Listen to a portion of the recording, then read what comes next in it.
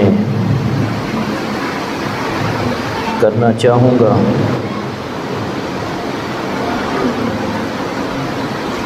اللہ سبحانہ و تعالی ہمیں حق سچ بولنے کی توفیق عطا فرمائے۔ حدیث کا مطلب گفتگو بھی ہے، کلام بھی ہے، بات چیت بھی ہے، نئی چیز بھی ہے۔ سنن نبی داؤد کی روایت ہے، رسول اللہ صلی اللہ علیہ وسلم جب ایک مرتبہ بارش آئی تو آپ صلی اللہ علیہ وسلم نے اپنے بازو سے قمیض کو ہٹایا۔ صحابہ رضی اللہ تعالیٰ عنہ نے پوچھا، سرتاج رسول صلی اللہ علیہ وسلم ہم نے آج تک یہ چیز نہیں دیکھی، آپ نے ایسا کیا؟ آپ صلی اللہ علیہ وسلم نے فرمایا، میں نے بارش کے نیچے اپنے بازو کو اس لیے کی ہے لِأَنَّهُ حَدِيثٌ بِعَهْدِ رَبِّي، یہ میرے رب کے پاس سے ابھی آئی ہے۔ صحیح بخاری کی روایت ہے، حدیث کا مطلب بیان کرنا بھی ہوتا ہے، گفتگو کرنا بھی ہوتا ہے۔ سیدہ عائشہ رضی اللہ تعالی عنہا فرماتی ہیں، كان اذا قام الى الصلاة فإن كنت مستيقظة حدثني، سرتاج رسول صلی اللہ علیہ وسلم جب رات کو قیام اللیل کے لیے کھڑے ہوتے، اگر تو میں بیدار ہوتی حدثنی تو میرے ساتھ بھی گفتگو کیا کرتے تھے۔ حدیث کا مطلب بات چیت بھی ہے، خبر دینا بھی ہے۔ کہا جاتا ہے المؤمن لا يحدث امانة الاصدقاء ولا يكتم شهادة الاعداء، صحیح مومن وہ ہوتا ہے جو مومنوں کی امانتوں کو راز رکھتا ہے، لوگوں کے اوپر ظاہر نہیں کرتا، اور نہ ہی دشمنوں کی گواہی کو وہ چھپایا کرتا ہے۔ حدیث کا مطلب کلام کرنا بھی ہے، اظہار خیال کرنا بھی ہے۔ حدث الناس ما حدجوک بابصارہم، اس وقت تک لوگوں سے کلام کرتے رہا کرو جب وہ توجہ سے بات سنیں۔ عربی زبان میں محدث جس کا ترجمہ کیا گیا ہے روشن ضمیر، حدیث کو پڑھنے پڑھانے والا اور اپنی زندگی کو حدیث کے مشن کے لیے وقف کرنے والا، اور پھر سند کے ساتھ حدیث پڑھانے والا اور حدیث کو آگے منتقل کرنے والا محدث ہوتا ہے۔ اور حدیث سے اس گہری وابستگی اور محبت کی وجہ سے اس کی رائے اتنی پالش ہو چکی ہوتی ہے، اکثر اس کی رائے پولائٹ ہوتی ہے اور صواب اور حقیقت کے قریب ہوتی ہے۔ قرآن مجید نے حدیث 4 معانی میں استعمال کیا ہے لفظ۔ اللہ تعالیٰ کا کلام اس کو بھی حدیث کہتے ہیں۔ قرآن مجید میں اللہ رب العزت فرماتا ہے وَمَنْ أَصْدَقُ مِنَ اللَّهِ حَدِيثًا، اللہ تعالیٰ سے بڑھ کے بات میں کون سچا ہو سکتا ہے؟ مقصود قرآن مجید ہے، لیکن اللہ تعالیٰ نے اپنے کلام کی تعبیر حدیث کے ساتھ کی ہے۔ دوسری جگہ اللہ تعالیٰ فرماتا ہے قرآن مجید میں اللہ نزل احسن الحدیث،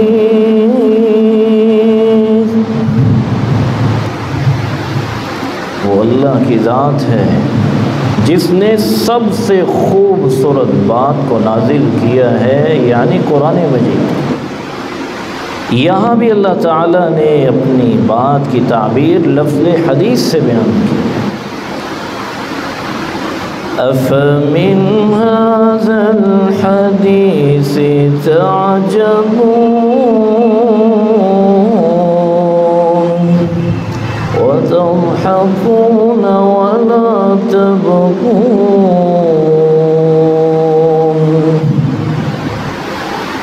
اس بات سے تعجب کرتے، یعنی قرآن مجید کو سن کے تعجب کرتے ہو یہ کیسا کلام ہے۔ یہاں بھی اللہ تعالیٰ نے اپنے کلام کی تعبیر لفظ حدیث سے بیان کی۔ أَفَبِهَذَا الْحَدِيثِ أَنْتُمْ مُدْهِنُونَ،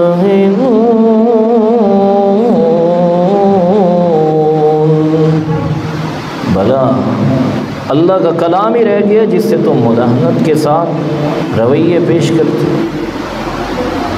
اس جگہ بھی اللہ تعالیٰ نے اپنے کلام کو حدیث کے ساتھ تعبیر کیا۔ قرآن مجید میں اللہ رب العزت نے یہاں تک فرمایا ہے فَلْيَأْتُوا بِحَدِيثٍ مِثْلِهِ إِن كَانُوا صَادِقِينَ، اگر یہ سچے ہیں، یہ قرآن مجید نعوذ باللہ گھڑا ہوا ہے، اس طرح کی بات یہ بھی گھڑ کے لے آئیں، نہیں لا سکتے۔ یہاں بھی اللہ تعالیٰ نے قرآن مجید اور اپنے حقیقی کلام کی تعبیر لفظ حدیث سے کی۔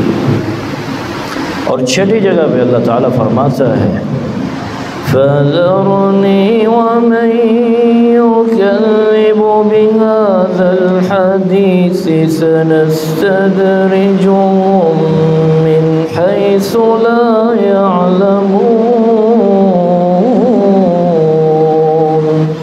یہ جو میرے کلام کو ٹھکرانے والے ہیں، انکار کرنے والے ہیں، ان کو چھوڑو، ان کو میں دیکھتا ہوں، ان کو وہاں سے ہم کھینچیں گے جہاں سے ان کو ہوش نہیں ہو۔ یہاں بھی اللہ تعالیٰ نے اپنے کلام کی تعبیر لفظ حدیث سے۔ اور 7ویں جگہ پہ اللہ رب العزت قرآن مجید میں فرماتا ہے فَبِأَيِّ حَدِيثٍ بَعْدَهُ يُؤْمِنُونَ،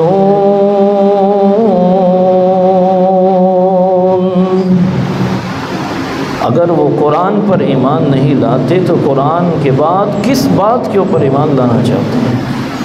یہاں بھی لفظ حدیث اللہ کے کلام سے تعبیر ہے۔ تو حدیث سے مراد اللہ کا کلام بھی ہے، حدیث سے مراد فرشتوں کا کلام بھی ہے۔ هل أتاك حديث ضيف إبراهيم المكرمين۔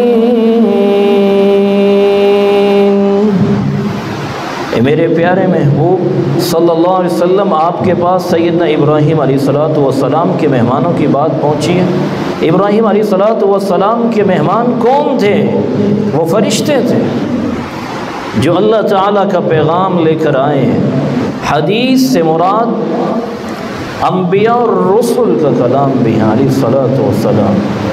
هل أتاك حديث موسى، اے میرے پیارے محبوب صلی اللہ علیہ وسلم، آپ کے پاس سیدنا موسیٰ علیہ السلام کی بات پہنچی۔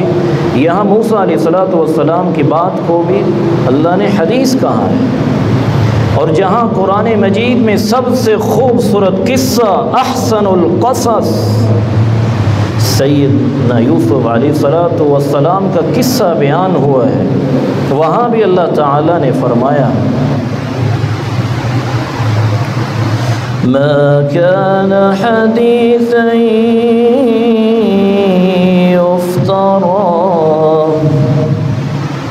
یہ قصہ، یہ حدیث یوسف علیہ السلام کی یہ من گھڑت نہیں ہے، یہ تو تصدیق کرنے والی ہے، ولیکن تصدیق الذی بین یدیہ۔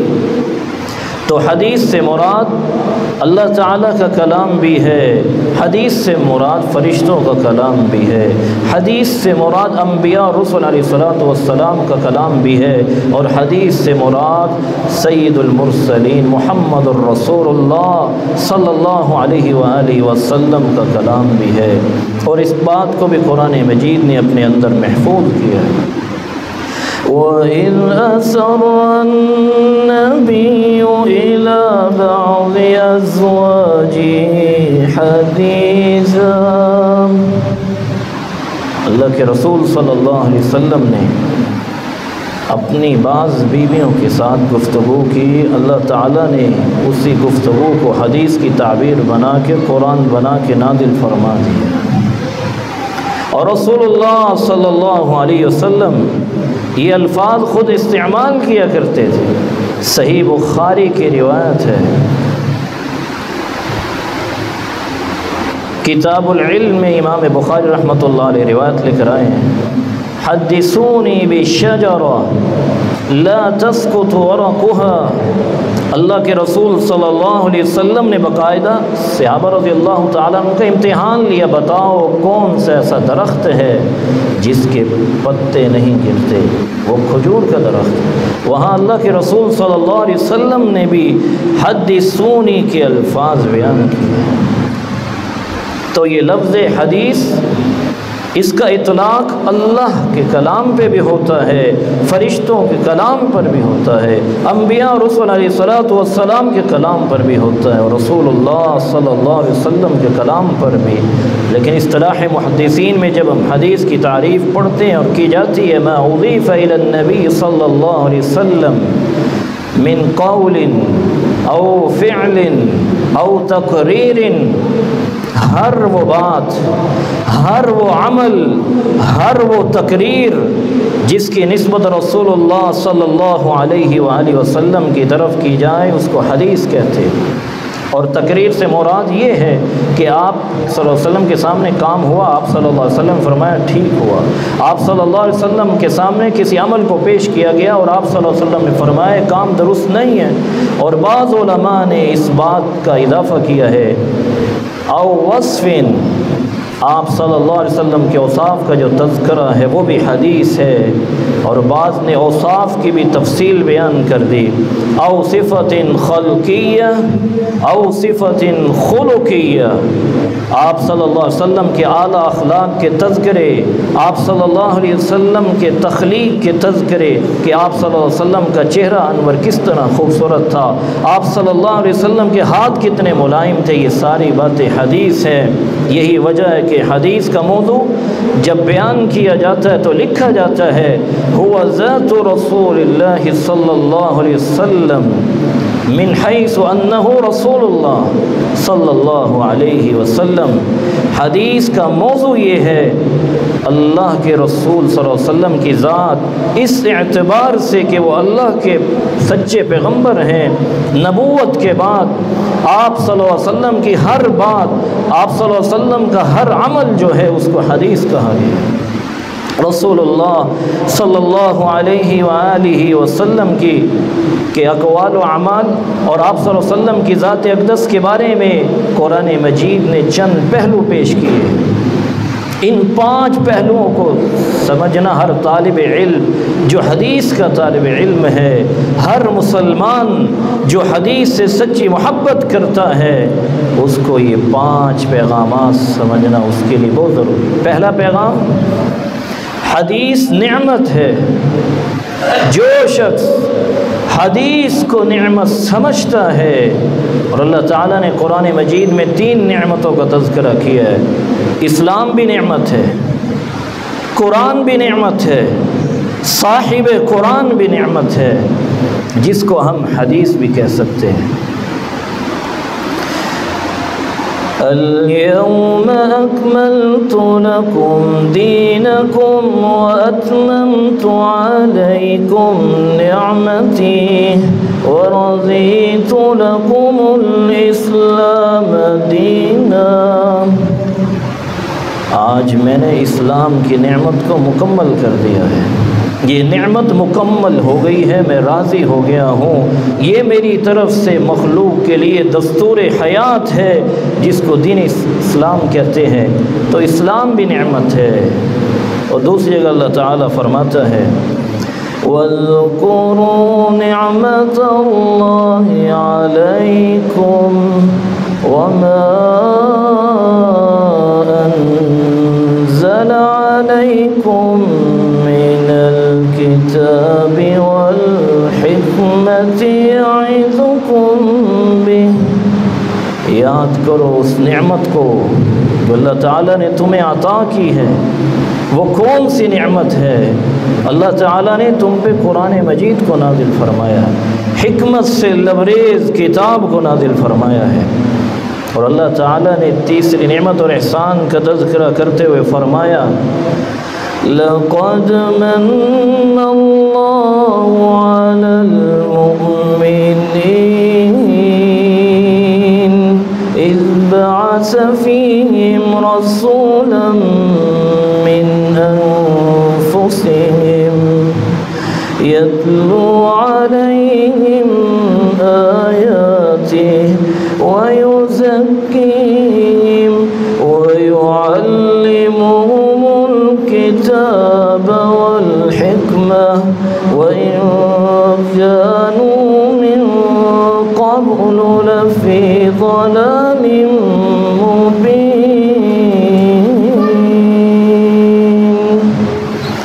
اللہ تعالیٰ کا احسان عظیم ہے جس نے پیغمبر کو مبعوث کیا، جس نے 4 نکاتی جھنڈے کے تحت دنیا میں کام کیا ہے۔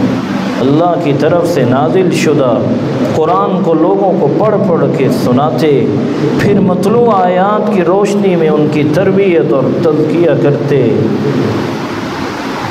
اور پھر ان کو اس خوبصورت تربیت کے نقوش کو دیر پا بنانے کے لیے، گہرا کرنے کے لیے باقاعدہ کتاب و حکمت کی تعلیم دیا کرتے۔ تو اسلام بھی نعمت، قرآن بھی نعمت ہے، اور صاحب قرآن بھی نعمت ہے۔ اور اگر آپ یہاں اجازت دیں میں کہہ سکتا ہوں، جو شخص اسلام اور قرآن اور صاحب قرآن کو نعمت سمجھتا ہے اور اپنی زندگی کو اصولوں کی روشنی میں ڈھال لیتا ہے جو یہ تینوں نعمتیں بیان کرتی ہیں، اللہ تعالیٰ اس انسان کو دنیا کے لیے نعمت ہی بنا دیتے ہیں، اور دنیا کی ہر نعمت اللہ تعالیٰ اس کے دامن میں جمع کر دیتا ہے۔ تو سب سے پہلی بات، جو شخص اس کو نعمت سمجھتا ہے، دنیا کی ہر نعمت اللہ تعالیٰ اس کے لیے آسان کر دیتا ہے۔ دوسری بات جو حدیث کے بارے میں اللہ تعالیٰ نے بیان کی ہے، یا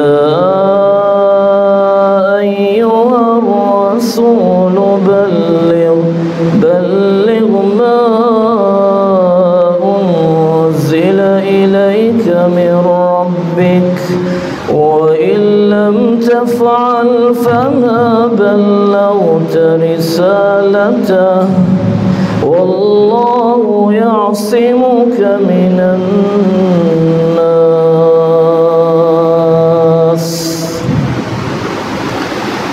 کہ میرے پیغمبر صلی اللہ علیہ وسلم آپ پہنچا دیجئے، لیکن پہنچانا کیا ہے؟ جو تیرے رب کی طرف سے آپ کی طرف نازل ہوا ہے۔ تو حدیث داعی اول ہے، حدیث مبلغ اعظم ہے، سب سے بڑا جو داعی ہے وہ اللہ کے رسول صلی اللہ علیہ وسلم ہے، اور آپ صلی اللہ علیہ وسلم کی زبان مبارک سے جو بات نکلے وہ حدیث ہے۔ آپ صلی اللہ علیہ وسلم کے ہر رویے کو حدیث کہتے ہیں۔ یہ آیت اس بات کا تقاضا کرتی ہے، کائنات کے اندر دعوت کا سلسلہ، تبلیغ کا سلسلہ جب اس کی سرپرستی حدیث نہیں کرتی، جب تک دعوت و تبلیغ کے تمام سلسلوں پر حدیث کی چھاپ نہ ہو، وہ دعوت و تبلیغ اللہ تعالیٰ کے ہاں قابل قبول نہیں ہے، کیونکہ اس کی بنیاد حدیث ہے۔ حدیث کی روشنی میں جب تک نیکی نہیں کی جاتی، اللہ تعالیٰ کے ہاں قابل قبول نہیں۔ حدیث معلم اول بھی ہے، جس طرح داعی اول ہے۔ ابھی آپ نے قرآن مجید کی آیت سنی، وَيُعَلِّمُهُمُ الْكِتَابَ وَالْحِكْمَةَ، تعلیم کا سلسلہ، تدریس کا سلسلہ، سکھانے کا سلسلہ، جب تک حدیث کی روشنی میں نہ ہو یہ سلسلہ اللہ تعالیٰ کے ہاں کوئی قیمت نہیں رکھتا۔ اس لیے کہ سب سے بڑا معلم حدیث ہے، خود رسول اللہ صلی اللہ علیہ وسلم ہیں، اور آپ صلی اللہ علیہ وسلم کی گفتگو، آپ صلی اللہ علیہ وسلم کا طریقہ مبارک اور آپ صلی اللہ علیہ وسلم کا کلام حدیث ہے۔ اللہ تعالیٰ نے حدیث کو ہی مبین کہا ہے، مفسر کہا ہے، مفصل کہا ہے۔ قرآن مجید میں اللہ رب العزت فرماتا ہے، وَأَنزَلْنَا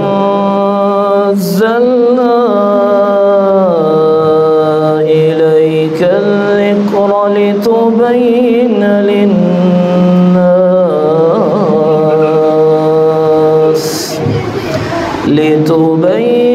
لِلنَّاسِ مَا نُزِّلَ إِلَيْهِمْ وَلَعَلَّهُمْ يَتَفَكَّرُونَ۔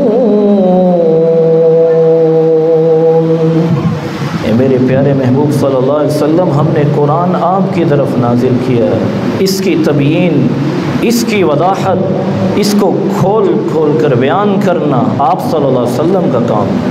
یہ آیت اس بات کا تقاضا کرتی ہے، قرآن مجید کا کوئی بھی مطلب، مفہوم، مدعا، ترجمہ اور تفسیر جب تک حدیث کی روشنی میں نہیں ہوگی، اس وضاحت کو اور اس مفہوم کو قابل قبول نہیں سمجھا جائے گا۔ اور حقیقت بھی یہ ہے، اقیم الصلاۃ، نماز کو قائم کرو۔ قرآن مجید میں کہاں لکھا ہے کہ صبح کی آپ نے 4 رکعتیں پڑھنی ہیں اور ظہر کی 10 رکعتیں پڑھنی ہیں؟ اور کہاں لکھا ہے کہ آپ نے صبح کی پہلی رکعت کے اندر سورۃ کافرون اور دوسری رکعت میں قل هو اللہ احد پڑھنی ہے؟ یہ ساری وضاحتیں کون بیان کرے گا؟ حدیث بیان کرے گا۔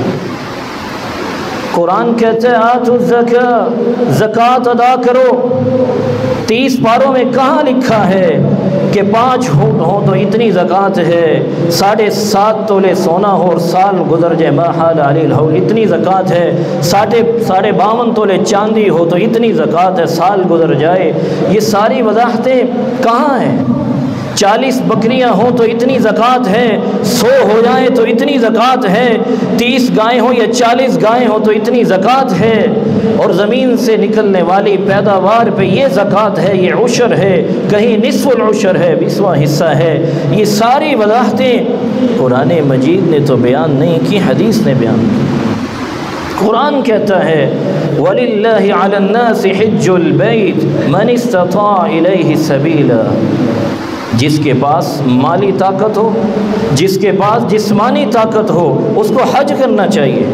قرآن مجید میں کہاں لکھا ہے کہ تم نے احرام باندھنا ہے، میقات کو کراس نہیں کرنا، اور تم نے جا کے سب سے پہلے یہ کام کرنا ہے، 7 چکروں میں پہلے 3 چکروں میں تم نے رمل کرنا ہے اور احرام باندھنا ہے، اس کا استوا بھی کرنا ہے، پھر آپ نے وہاں جانا ہے صفا مروہ پہ، پھر آپ نے منی میں اتنی راتیں گزارنی ہیں، اس وقت پہ آپ نے عرفات میں جانا ہے، اس وقت آپ کو پلٹ کے مزدلفہ آنا ہے، اور پھر آپ نے 10 تاریخ کو یہ کام کرنے ہیں۔ یہ ساری باتیں قرآن میں کہاں ہیں؟ یہ اللہ کے رسول صلی اللہ علیہ وسلم نے وضاحت کی ہے، خذوا عنی مناسککم، خذوا عنی مناسککم۔ حدیث یہ وضاحت کرتی، پتہ یہ چلا جو لوگ حدیث کو نہیں مانتے، جو لوگ حدیث کے لفظ سے چڑ کھاتے ہیں، وہ قرآن مجید کے آیت کا معنی سمجھ ہی نہیں سمجھ سکتے۔ اقیم الصلاۃ کا کیا معنی سمجھتے ہیں؟ زکوٰۃ کی آیت کا مفہوم ہی نہیں سمجھ سکتے۔ وہ حج کے بارے میں کوئی تصور لا ہی نہیں سکتے۔ روزے کے بارے میں قرآن کہتا ہے کتب علیکم الصیام کما کتب علی الذین من قبلکم۔ اس روزے کے بارے میں قرآن نے کیا تفصیلات دی ہیں؟ قرآن میں کہاں لکھا ہے کہ یہ مفطرات ہوں، اس سے روزہ ٹوٹ جائے گا؟ یہ روزے کے آداب ہیں۔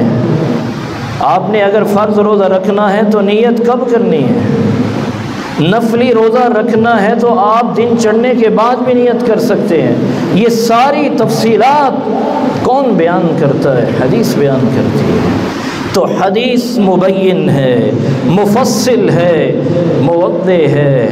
حدیث نہ ہو تو اسلام کا کوئی بھی پہلو کسی کو سمجھ ہی نہیں آ سکتا۔ اور میں تو یہ کہنے کی بھی اجازت چاہوں گا، اور میرا کہنا بھی بنتا ہے، اور آپ بھی یہ کہا کریں، جو شخص حدیث پر ایمان نہیں لاتا وہ قرآن کا بھی منکر ہی ہے۔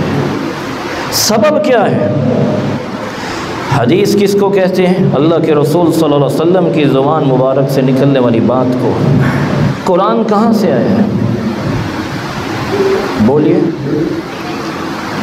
صرف ایک راستہ ہے کہ اللہ کے رسول صلی اللہ علیہ وسلم نے پڑھ کے سنایا، نازل اللہ کے رسول صلی اللہ علیہ وسلم کے مبارک دل پہ ہوا ہے، آپ صلی اللہ علیہ وسلم کی زبان نے پڑھ کے سنایا ہے، صحابہ رضی اللہ تعالیٰ عنہ کو سکھایا، پہلے حدیث ہوئی پھر قرآن ہوا۔ جو حدیث کو نہیں مانتا، حدیث کے آنے کا سورس ہی ایک ہے، وہ رسول اللہ صلی اللہ علیہ وسلم کی ذات ہے، جس لیے جب تک حدیث کو نہیں مانا جاتا اس وقت تک قرآن پہ ایمان کیسے ہوگا؟ دنیا کی کوئی بھی کتاب، کوئی بھی بک صاحب کتاب کے بغیر، آتھر کے بغیر اس کی کوئی قیمت نہیں ہے۔ قرآن کس نے پیش کیا ہے؟ اللہ کا کلام، لیکن دنیا کے سامنے پیش کس نے کیا ہے؟ رسول اللہ صلی اللہ علیہ وسلم۔ اس لیے قرآن مجید نے چوتھی حیثیت حدیث کی بیان کی ہے، وَمَا كَانَ لِمُؤْمِنٍ وَلَا مُؤْمِنَةٍ إِذَا قَضَى اللَّهُ وَرَسُولُهُ أَمْرًا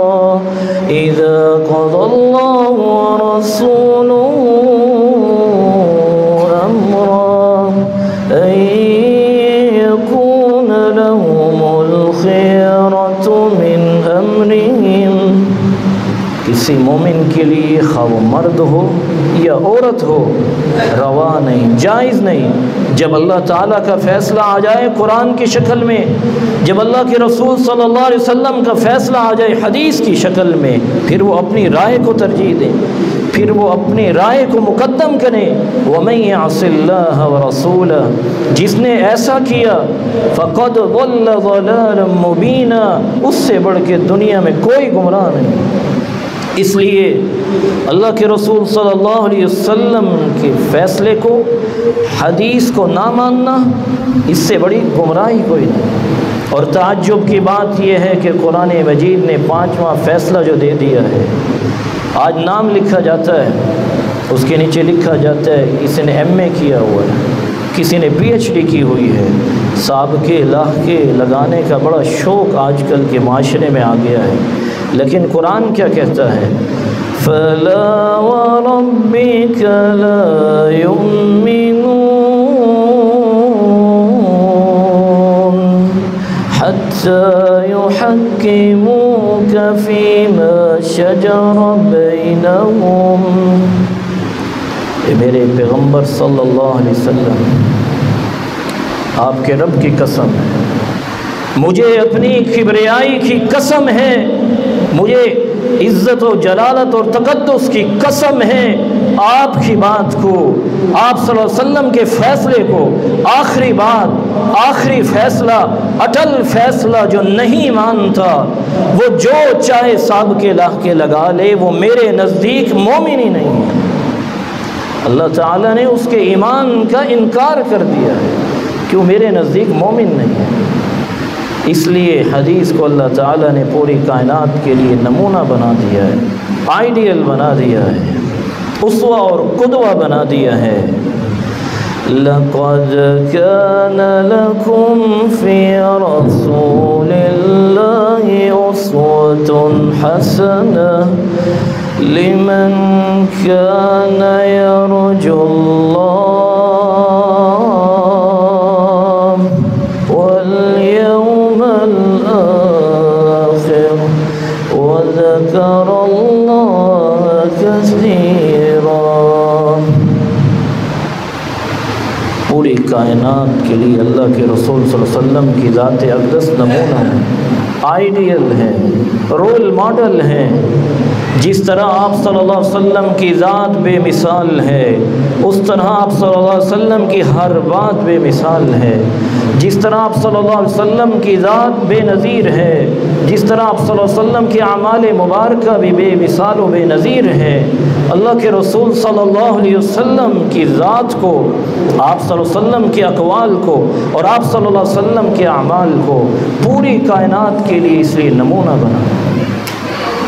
جو شخص اس نمونے کو اختیار کرتا ہے، کامیابی اسی کے لیے ہے، اور دنیا اور آخرت میں عزت اسی کے لیے ہے۔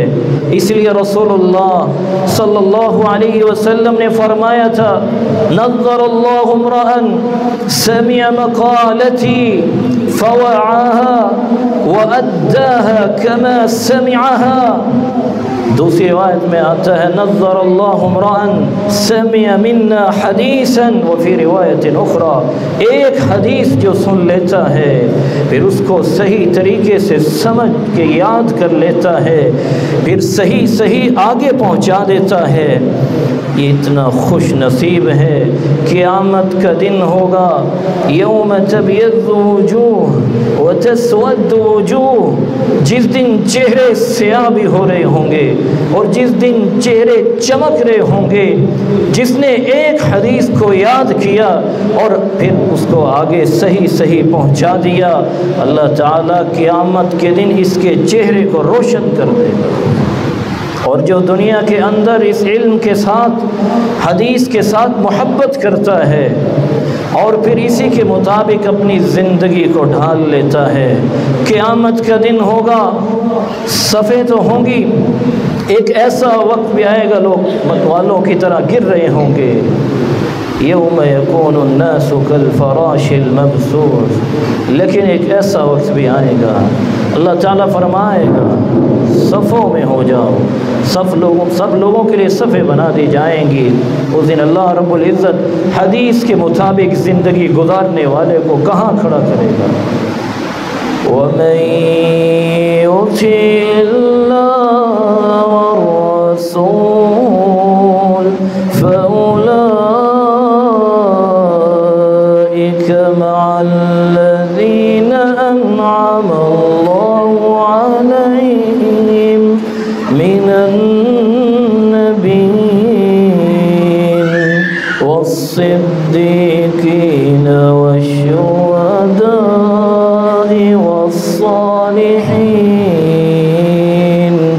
وَحَسُنَ أُولَٰئِكَ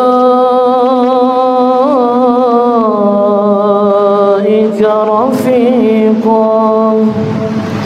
اللہ اور اس کے رسول صلی اللہ علیہ وسلم کی اطاعت کرنے والے قیامت کے دن انبیاء علیہ الصلوۃ والسلام کے ساتھ کھڑے ہوں گے، صدیقین کے ساتھ کھڑے ہوں گے، اور شہداء کے صف میں ہوں گے، صالحین کے صف میں ہوں گے، اور اس سے بڑی رفاقت اور کون سی ہو سکتی ہے؟ رسول اللہ صلی اللہ علیہ وسلم نے اسی لیے فرمایا تھا کل امتی يدخلون الجنہ الا من ابى قیل وما يعبى یا رسول اللہ قیل ومن يعبى یا رسول اللہ قال من اطاعنی دخل الجنہ ومن عصانی فقد ابى لوگوں میری ساری امت جنت میں جائے گی سوائے اس کے جو جنت جانے سے انکار کر دے۔ سوال کیا گیا یا رسول اللہ صلی اللہ علیہ وسلم کوئی ایسا بھی بدبخت ہوگا جو جنت جانے سے انکار کر دے؟ آپ صلی اللہ علیہ وسلم نے فرمایا جو میری اطاعت کرے گا وہ جنت میں جائے گا، جو میری نافرمانی کرے گا اس نے حقیقت میں جنت میں جانے سے انکار کر دیا ہے۔ لیکن اگر اس حدیث سے دشمنی رکھی، اس کے مقابلے میں اپنی آراء اور اقوال اور تجربات کو لائے، اگر حدیث کی روشنی میں اپنی زندگی نہ بنائی نہ گزاری، یہ پکڑ دنیا میں بھی ہو سکتی ہے، یہ پکڑ قیامت کو بھی ہوگی۔ قرآن مجید میں اللہ رب العزت فرماتا ہے فَلْيَحْذَرِ الَّذِينَ يُخَالِفُونَ عَنْ أَمْرِهِ أَن تُصِيبَهُمْ فِتْنَةٌ أَوْ يُصِيبَهُمْ عَذَابٌ أَلِيمٌ۔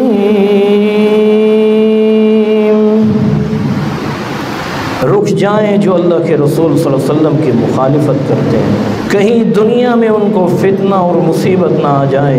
صحیح مسلم کی روایت ہے ایک شخص بائیں ہاتھ سے کھانا کھا رہا ہے، آج بھی کوئی بھائی بھول جاتے ہیں، بائیں ہاتھ سے پانی پی رہے ہیں، بائیں ہاتھ سے کھانا کھا رہے ہیں، اگر ان سے گزارش کی جائے محترم بھائی دائیں ہاتھ سے کھا لو، کہتا ہے یہ بھی تو اللہ نے بنایا ہے، یہ بھی تو اللہ اور اس کے رسول صلی اللہ علیہ وسلم نے حکم دیے، اس کو استعمال کا۔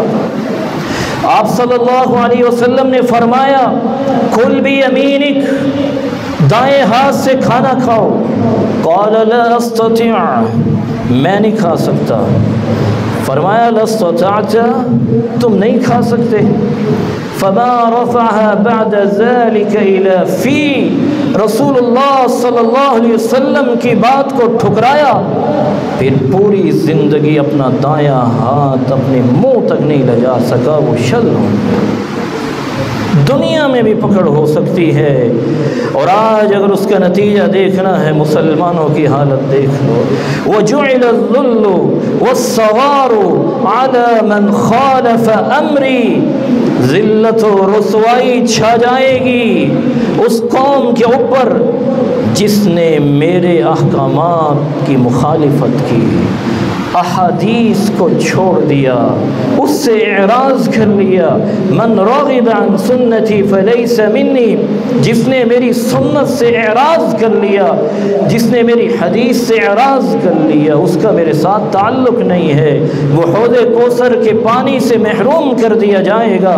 صحیح بخاری کی روایت ہے قیامت کا دن ہوگا، اللہ کے رسول صلی اللہ علیہ وسلم فرماتے انا فرطکم علی الحوض، میں حوض کوثر پہ آؤں گا، فمن ورد شرب، جو بھی آئے گا میں پانی پلاؤں گا، ومن شرب لم یظمأ ابدا، اور جو پی لے گا پھر دوبارہ اسے پیاس نہیں لگے گی۔ وَلَيَرِدَنَّ عَلَيَّ أَقْوَامٌ أَعْرِفُهُمْ وَيَعْرِفُونِي، ایسے لوگ بھی آئیں گے میں ان کو پہچانتا ہوں گا، وہ مجھے پہچانتے ہوں گے۔ کیسے پہچان ہوگی؟ ان امتی یأتون یوم القیامت غرا محجلین من آثار الوضوء، انسان وضو کرتا ہے، نمازی انسان، اس کے وضو کے اعضاء جو ہیں جو دھلتے ہیں وہ قیامت کے دن یہ چمک رہے ہوں گے، یہ لوگ آئیں گے۔ فیحال بینی و بینہم، اچانک رسول اللہ صلی اللہ علیہ وسلم کے درمیان اور ان کے درمیان ایک دیوار آ جائے گی، حائل آئے گا۔ اللہ کے رسول صلی اللہ علیہ وسلم فرمائیں گے یا رب أصحابي أصحابي وفي رواية أخرى أصيحابي أصيحابي. اللہ ہی میری امتی، اللہ ہی میری امت. جواب ملے گا انک لا تدری ما احدثوا بعدک، انک لا تدری ما عملوا بعدک، کما فی روایت اخری. میرے محبوب صلی اللہ علیہ وسلم انہوں نے آپ کے بعد کون کون سے طریقے اختیار کر لیے تھے، کون کون سے اعمال اختیار کیے اور آپ کے طریقے کو چھوڑ دیا. اس وقت رسول اللہ صلی اللہ علیہ وسلم فرمائیں گے سحقاً سحقاً لمن غیر بعدی، ان کو میری آنکھوں سے دور کر دو، ان کو میری آنکھوں سے دور لے جاؤ جنہوں نے میرے بعد میرے دین کو تبدیل کر دیا اور اس کے اوپر مطمئن نہیں رہے اور اس کے بالمقابل اور باتوں کو لے آئے. اللہ رب العزت ہم سب کو حدیث کی مخالفت سے محفوظ فرمائے. رسول اللہ صلی اللہ علیہ وآلہ وسلم کی فرامین مبارکہ، آپ صلی اللہ علیہ وسلم کی اعمال مبارکہ یہ رسول اللہ صلی اللہ علیہ وسلم کے زمانے میں بھی لکھے گئے ہیں. جب عبداللہ ابن عمر رضی اللہ تعالی عنہ یہ شکوہ لے کر آئے، یا رسول اللہ صلی اللہ علیہ وآلہ وسلم، اللہ کے رسول صلی اللہ علیہ وسلم، میں آپ کی بات کو قلم و کرتاس کے حوالے کرتا ہوں. جو اس وقت سلسلہ تھا، قریش والے مجھے منع کرتے ہیں کہ کبھی آپ صلی اللہ علیہ وسلم غصے کی حالت میں ہوتے ہیں، کبھی آپ صلی اللہ علیہ وسلم راضی ہوتے ہیں، آپ ہر بات نہ لکھا کرو. رسول اکرم صلی اللہ علیہ وسلم نے فرمایا اکتب فوالذی نفس محمد بید ما خرج منہ الا الحق واشار الی فمہ. فرمایا لکھو، جو کچھ میں بولتا ہوں لکھو، اللہ کی قسم ہے اس زبان مبارک سے حق ہی نکلتا ہے. قرآن اس لیے تو کہتا ہے وَمَا يَنْتِقُ عَنِ الْهَوَىٰ إِنْ هُوَ إِلَّا وَحْيٌ يُوحَىٰ. یہ زبان اپنی مرضی سے حرکت نہیں کرتی، یہ تو اللہ تعالیٰ کی وحی کے تابع ہے، اللہ کی وحی کے تابع یہ زبان حرکت کرتی ہے، اس لیے غلطی سے محفوظ و معصوم ہے. رسول اکرم صلی اللہ علیہ وسلم کے صحابہ سیدنا حضرت ابو ہریرہ رضی اللہ تعالی عنہ کس طرح وہ حدیث کے شوقین تھے. ہر وقت اللہ کے رسول صلی اللہ علیہ وسلم کے پاس بیٹھے، نہ کھانے کی پرواہ ہے نہ کسی اور چیز کی پرواہ ہے، حدیثیں یاد کر رہے ہیں. حدیثیں کس طرح عبداللہ ابن عمر رضی اللہ تعالیٰ عنہ لکھ رہے ہیں، کس طرح دیگر صحابہ رضی اللہ عنہ حدیثوں کو یاد کر رہے ہیں. یہاں تک کہ سیدنا ابو ہریرہ رضی اللہ تعالیٰ عنہ جیسے بھوک کی وجہ سے گر جاتے، لوگ پاؤں سے ٹھوکریں مار کے کہتے جنا ابو ہریرہ. دیکھو ابو ہریرہ رضی اللہ تعالیٰ عنہ معاذ اللہ دیوانے ہو گئے ہیں، لیکن ہوتا کیا تھا، سیدنا حضرت ابو ہریرہ رضی اللہ تعالیٰ عنہ بھوک کی وجہ سے بے ہوش ہو جاتے تھے. یہی حدیث اللہ کے رسول صلی اللہ علیہ وسلم کے طریقے اور سلیقے صحابہ رضی اللہ عنہ محفوظ کی. ابو بکر و عمر و عثمان و علی رضی اللہ تعالی عنہم، انہی کی روشنی میں فیصلے، انہی کی زندگی میں طور طریقے بنائے گئے. اللہ سبحانہ و تعالی نے ان کو بہت برکتوں اور عزتوں سے نوازا، ان کی زندگی گزری ہے حدیث پڑھنے پڑھانے کے اوپر گزری ہے. اللہ سبحانہ و تعالی نے صحابہ رضی اللہ تعالی عنہم کو برکتوں اور عزتوں سے نوازا. اللہ تعالی سے دعا ہے کہ اللہ سبحانہ و تعالی ہمیں بھی صحیح معنوں میں قرآن اور حدیث کے اوپر عمل کرنے کی توفیق عطا فرمائے، حدیث کو سمجھنے کی توفیق عطا فرمائے. وآخر دعوانا الحمدللہ.